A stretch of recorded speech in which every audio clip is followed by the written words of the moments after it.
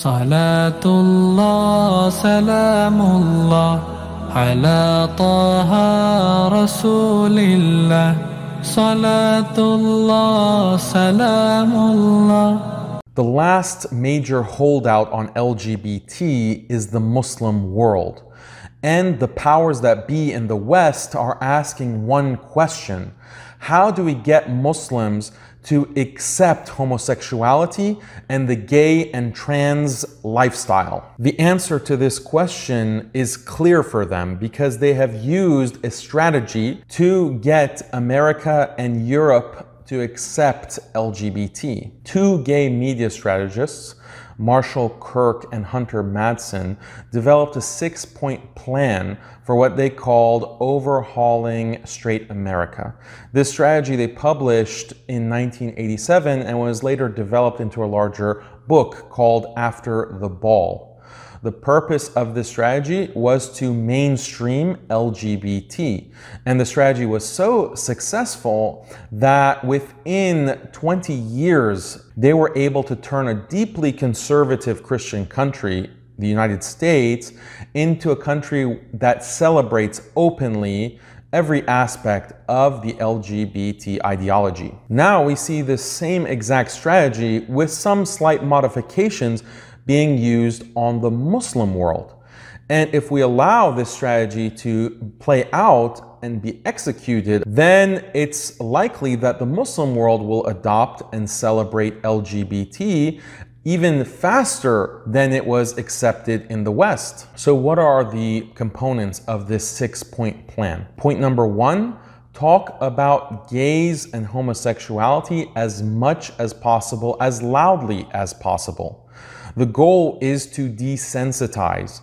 You want to make homosexuality something that is seen as completely normal, something that is completely mainstream. And you want the public to not be shocked by homosexual or transgender behavior. Ideally, they want Muslims to think about sexual preference in the way that you think about flavors of ice cream or favorite sports.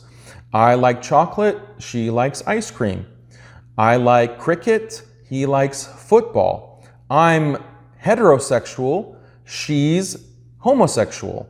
This is the kind of normality that they're aiming for. Key to desensitization is to introduce gay and trans elements through cultural venues, TV, movies, music, books. And that way you're going to accelerate the desensitization and the normalization process. Point number 2, this is critical. You have to portray gays as victims, not as aggressive challengers. There is a huge non-bullying campaign. The point of these anti-bullying campaigns is to portray gays as victims who need protection and they need support. If they're successful in portraying homosexuals as victims, then that will create a natural reflex to want to protect that group. Ideally, the homosexual is portrayed as someone who's young, someone who is attractive, someone who looks normal by all accounts, but someone who is bullied, is a victim. In this way, the homosexual is transformed in the mind of a Muslim. In the mind of a Muslim, homosexuality is associated with Qawm Lut, and they were by no means victims. They were in fact the aggressor. But through an anti-bullying message, the homosexual is transformed into an innocent victim and indeed a symbol of innocence in need of protection. Point number 3, give the protectors a just cause. So anyone who's outside of the newly identified victims, the LGBT community, takes on this protector role. They need a just cause that they can rally behind. What is this just cause? You can make it about diversity, and this is something that Muslims already value because of Islam. So make LGBT a part of the diversity that Muslims can celebrate. You can also give Muslims the just cause of protecting rights. Protecting huquq is an important part of standing for justice within Islam. Muslims are not going to support the homosexual act itself. So that has to be decentered. What should be the center of concern is anti-discrimination. Are you going to discriminate and bully and unfairly condemn these poor innocent victims?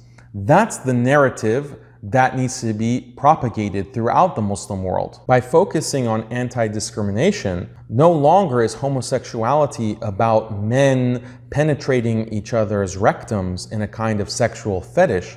That's not a cause that anyone would get behind. In fact, it's a cause that Muslims would be repulsed by and would reject. But if you change the conversation to be about anti-discrimination and something positive, like the fight for liberty, the fight for rights, then that becomes a positive message that Muslims might be more inclined to support. Point number 4 is really subtle. Emphasize that homosexual behavior is haram. Now, this might seem counterintuitive. If you focus on the haram aspect of this behavior, wouldn't that move Muslims away from LGBT acceptance? But there's this element of reverse psychology here. Because if you emphasize the haram aspect, it makes you seem like you're a staunch defender of Islamic values. This then gives you space to promote anti-bullying or even all-out support of LGBT rights. The argument that can be made is that, yes, morally, LGBT behavior is haram, but we have to support the rights of this victimized, marginalized minority. This is a kind of Trojan horse that fools the Muslim community into thinking that LGBT behavior is haram, but supporting LGBT rights is perfectly halal and permissible and even praiseworthy in Islam, when in reality nothing could be further from the truth. Supporting LGBT rights is just as impermissible and haram and blameworthy as supporting the actual behaviors entailed by homosexuality and transgenderism. But this kind of bait and switch makes it easier for those who are more ignorant about Islamic values in this situation to accept LGBT normalization, LGBT rights, and so forth. Some of the more prominent Muslim preachers and academics in the West have been using this strategy for over 10 years, and what they've been able to achieve is getting the Muslim community in America especially to be more open to the idea that it is permissible for Muslims to support LGBT rights and to align with a LGBT political program. Now, those same preachers and their message is being exported throughout the Muslim world, and Muslim preachers in the East are learning from this strategy. They're very clear-cut and hard stance on homosexual behavior being haram in Islam, but we have to support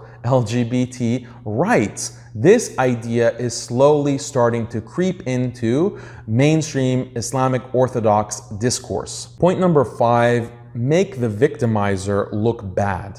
Make those who oppose LGBT as oppressors, who are old, they're out of touch, they're on the wrong side of history, they don't get it, they are intolerant, they are bigots.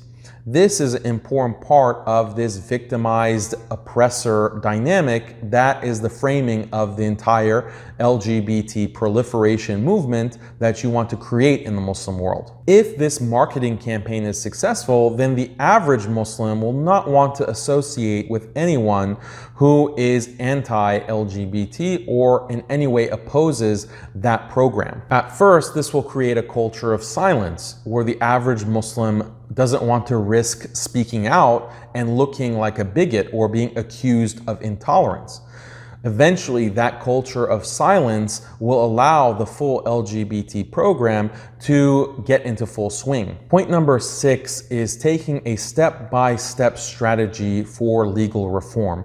وكل مجاهد لله بأهل البلد يا الله بأهل البلد يا الله صلاة الله سلام الله على طه